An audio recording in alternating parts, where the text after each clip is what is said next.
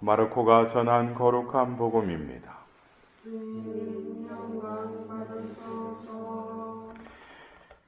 그때 요한은 이렇게 선포하였다. 나보다 더 큰 능력을 지니신 분이 내 뒤에 오신다. 나는 몸을 굽혀 그분의 신발끈을 풀어드릴 자격조차 없다.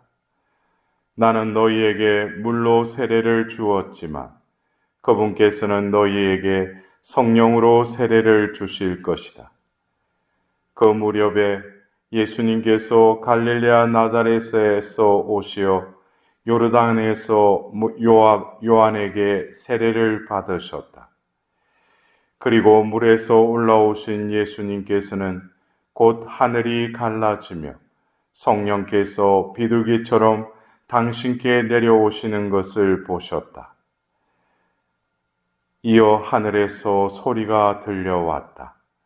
너는 내가 사랑하는 아들, 내 마음에 드는 아들이다. 주님의 말씀입니다. 그리스도님 찬양합니다.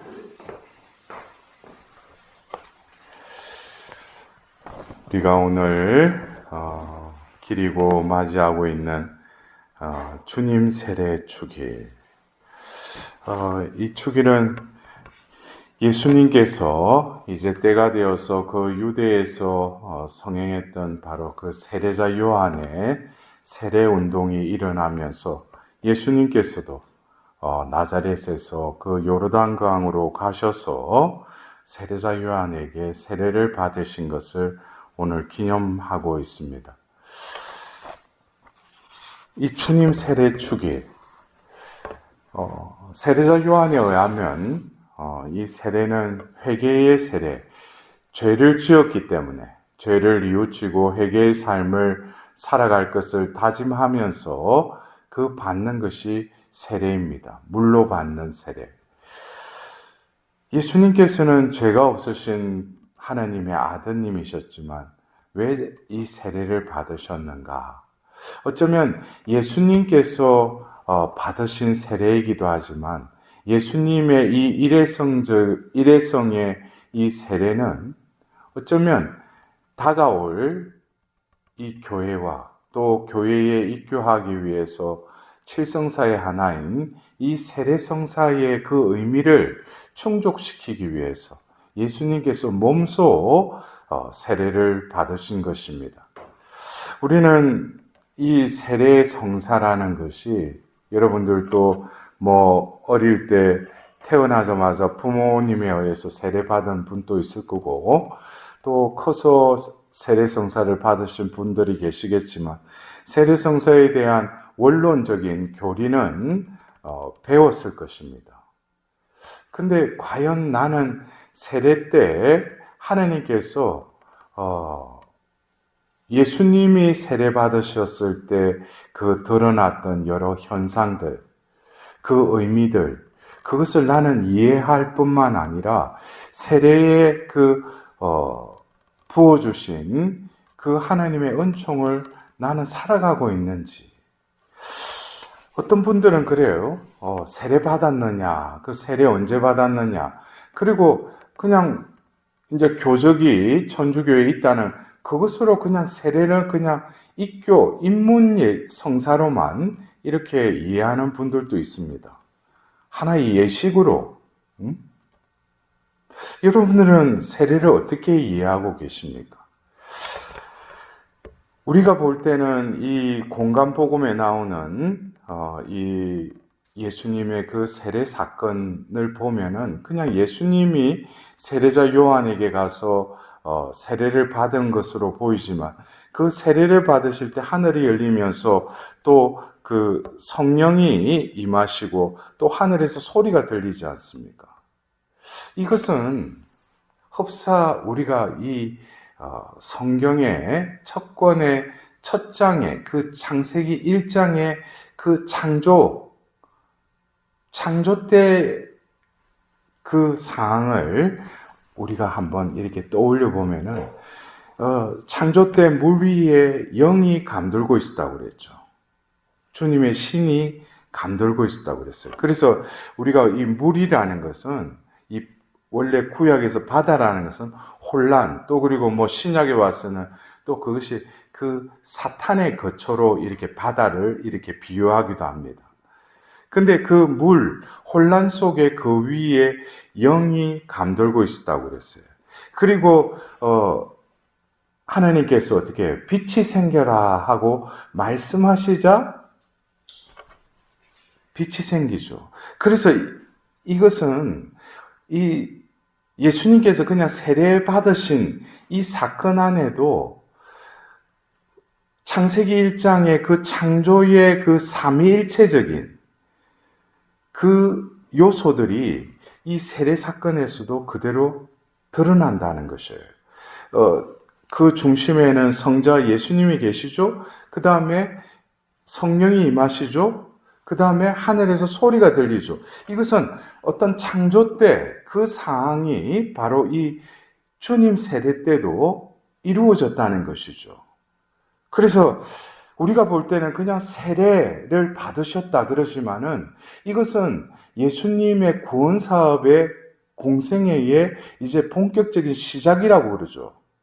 그렇다면은 우리에게 있어서도 이 세례라는 것은 내가 세례를 받은 그 시점, 이 시점에 우리는 그냥 교리적으로 우리는 옛 인간이 죽고 새 인간으로 다시 태어났다. 근데 우리가 실감을 못하지 않습니까? 그냥 가서 물 부어가지고 세례 받은 거. 근데 과연 그 세례의 의미는 우리가 볼 때는 어떤 예식의 차원이 아니라 그것에 대해서 바오로 사도는 로마서 6장에 그 세례에 대해서 이렇게 표현하고 있어요. 6장 4절에 보면은 예수 그리스도와 하나 되는 세례를 받은 것을 여러분은 모르십니까? 라고 바오로 사도가 이렇게 물어요. 그리스도와 하나 되는 세례. 우리가 세례를 받는다는 것은 그냥 외적인 예식에 참여하고 이 천주교회에 입교하는 그 예식의 이면에는 바로 우리는 이제 뭐예요? 그리스도와 하나 되는 그 예식에 참여했다는 거예요. 그래서 바오로 사도는 그 로마서 6장에 보면은 파스카의 신비에 대해서 이야기를 합니다.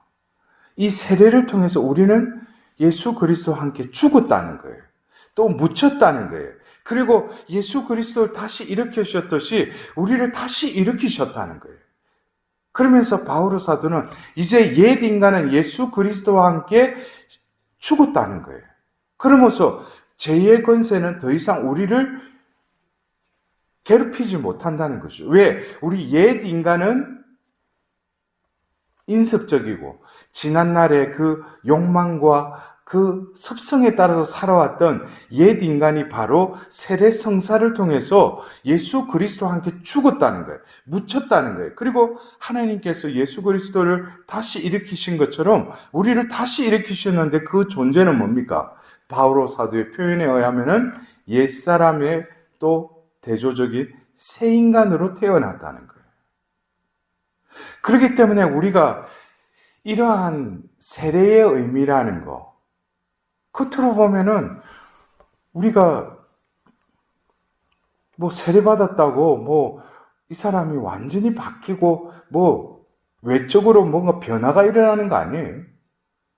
하나님의 은총이 그것을 통해서 우리의 존재를 바로 예수 그리스도의 그 파스카의 신비에 완전히 일치시키면서 그 은총으로 우리를 옛 인간이 죽고 묻히고 부활하는 그 신비를 이 세례를 통해서 이루셨다는 것이죠. 그래서 우리가 이 세례 성사의 의미, 또 주님께서 받으신 이 세례는 예수님이 받으셨지만 이 세례 성사의 그 바오로 사도의 그 로마서 6장의 말씀에 의하면 세례를 받으셨다라는 것은 이미 뭡니까?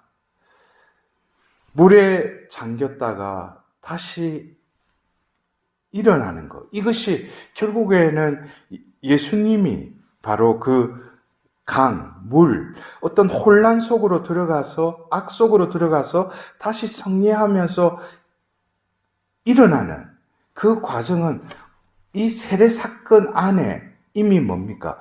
예수님의 그 이루실 일이 이미 다 내포되어 있는 것이죠. 그리고 제가 말씀드렸듯이 창세기 1장에 그 창조의 그 재현이라고 하는 것은 결국 예수님이 하나님의 아드님으로 이 땅에 오셔서 이제 때가 되어서 이제 공생애를 시작하는데 이 세례를 받으셔요. 근데 예수님만이 눈에 보이지만 이제 예수님께서 그 물에 잠겼다가 올라오실 때 하늘이 갈라지면서 성령께서 비둘기처럼 당신께 내려오시는 것을 보셨다. 이어 하늘에서 소리가 들려왔다. 이것은 창조 때 그것과 아주 흡사하다고 그랬죠. 근데 창세 그 6째 되는 날 하나님께서 우리와 닮은, 우리와 비슷한 사람을 만들자 하고 사람을 창조하시죠. 근데 예수님이 세례를 받으실 때는 그 성령이 임하면서 하늘에서 소리가 들렸다고 했어요. 너는 내가 사랑하는 아들, 내 마음에 드는 아들이다. 이것을 창세기에는 그 창세 6째 날 사람을 창조하시고 하나님께서 뭐라고 하셔요? 보시니 참 좋았다. 왜 좋아요? 당신의 모상으로 창조하셨기 때문에. 그것이 바로 이 세례 사건을 통해서 바로 오늘 우리가 들었던 이사야 예언서의 그 주님의 종의 노래에 42장 1절에 그는 내가 붙들어 주느니 내가 선택하니 내 마음에 드느니다 라는 말씀이 다시금 예수님 세례 때 하늘이 열리면서 성령이 임하면서 그 소리가 들려왔다고 그랬어요. 이것은 바로 그 창세기에 사람을 창조하시고 나서 보시니 참 좋았다라는 그것과 일맥하다는 것이죠. 그래서 어떻게 보면은 이 세례는 우리가 볼 때는 각자가 때가 되어서 세례 성사를 받았지만 그 순간부터 어떻게 되는 거예요? 하나님은 우리를 재창조하셨을 뿐만 아니라 원래 우리를 이 창조하셨던 그 존재로 이미 회복시키셨다는 거예요. 그러면은 우리의 그 세례 성사 후에 신앙의 삶은 어떻습니까? 내가 살아가는 것이 아니죠. 예수 그리스도의 속죄로 인해서 우리가 예수 그리스도의 속량을 통해서 우리는 거저 살아났죠. 그리고 죄에서 해방됐죠. 그러면은 그 존재답게 살아야 한다는 것이에요. 그래서 오늘 그 이사야서의 주님의 종의 노래는 바로 예수님을 지칭하기도 하지만 바로 세례 성사를 받고 하나님의 자녀가 된 우리 각자에게도 바로 이 이사야서의 말씀은 우리에게 적용된다는 것이에요. 그래서 예수님께서 바로 그 루카복음에 공생애를 시작하시며 나자렛 해당에서 이사야 두루마리를 펴시면서 말씀하셨던 그 말씀, 보지 못하는 눈을 뜨게 하고 갇힌 이들을 감옥에서 어둠 속에 앉아있는 이를 감방에서 풀어주기 위함이다. 이사야서 61장에도 나오지만은 바로 이러한 삶을 예수님께서 공생애를 통해서 이제 드러내시지 않습니까? 그렇다면은 우리들도 올 한 해 예수님의 그 성탄과 공연을 통해서 또 오늘 우리가 주님 세례 주기를 통해서 우리들도 우리가 세속적으로 보면은 공인이라는 말을 쓰는 그룹 어떤 사람을 보고 저 사람 공인인데 공적인 인물이라는 것이죠. 어떤 정부의 일을 한다든지 저처럼 어떤 교회의 어떤 공적인 임무를 떴다 그런 사람들 공인이라고 그러잖아요. 근데 여러분들 모두가 뭡니까? 공인이죠. 하나님이 보증해 주시고 하나님에게서로부터 사명을 받으니 그래서 이제는 내가 개인적인 삶도 있지만 내 삶은 이제 하나님을 증거하고 하나님을 드러내는 공적인 삶을 살아가야 된다는 것이죠. 그래서 우리가 교회 전례력으로 인해서 주님 세례 축일로 인해서 이제 연중 시기가 시작되죠. 우리도 그냥 전례력에 의해서 그냥 기념하고 그냥 기억하는 그 수준이 아니라 이제는 그 축일마다 그 전례력에 맞는 하나님의 은총을 베푸실 때 우리들도 이 연중 시기에 이제는 나 개인의 삶을 살아가는 것이 아니라 이 세상에 예수 그리스도를 증거하는 사도로서의 삶을 살아가도록 오늘 이 주님 세례 축일 우리 각자에게 다시금 하나님께서 확인시켜 주시는 거예요. 내가 너를 다시 빚었다. 너는 바로 내가 사랑하는 아들, 내 마음에 드는 아들이다. 여러분들 우리가 살아가면서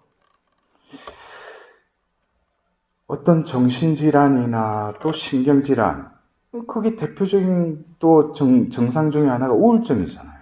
우울증이 여러 가지 원인이 있지만은 그것은 결국 사랑으로 받아들이지 않았기 때문에 자신은 뭔가를 다가가려고 했지만 거절당한다든지 또 어떤 상처로 인해서 마음에 그 움푹 파인 그 상처에 어떤 용서라는 어떤 빛이 안 들어와서 그냥 그 내적인 자아는 그냥 어두운 곳에 웅크려 있는 것이죠.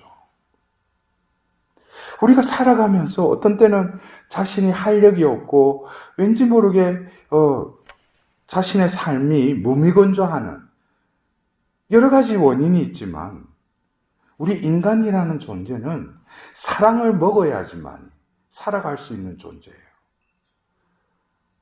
바로 이 세례 때 예수님께 들렸던 이 소리는 결국 하나님이 인정해 주셨을 뿐만 아니라 하나님이 받아들이시는 것이죠.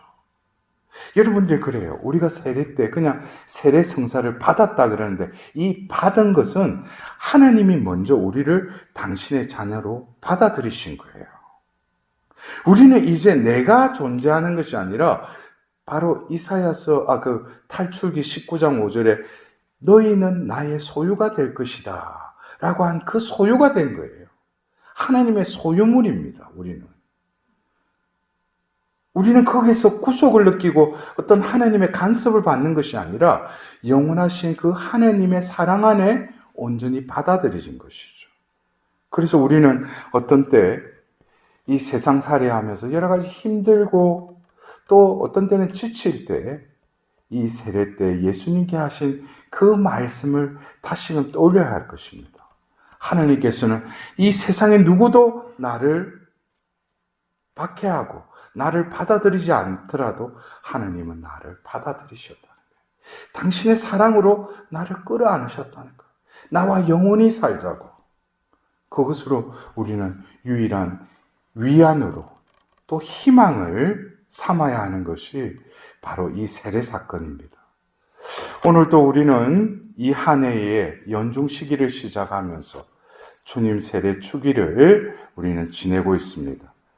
다시금 우리는 이 세례를 통해서 예수 그리스도와 함께 죽고 묻힌 그 옛 인간이 소멸되고 우리가 지금 새 인간으로 살아가고 있는 그 존재감을 나는 얼마만큼 느끼고 사는지, 세례받기 전이나 세례받고 났어도 그 나로만 살아간다면은 그것은 참 하나님이 베푸신 은총을 우리가 소홀히 할 뿐만 아니라 망각하는 꼴이 될 것입니다.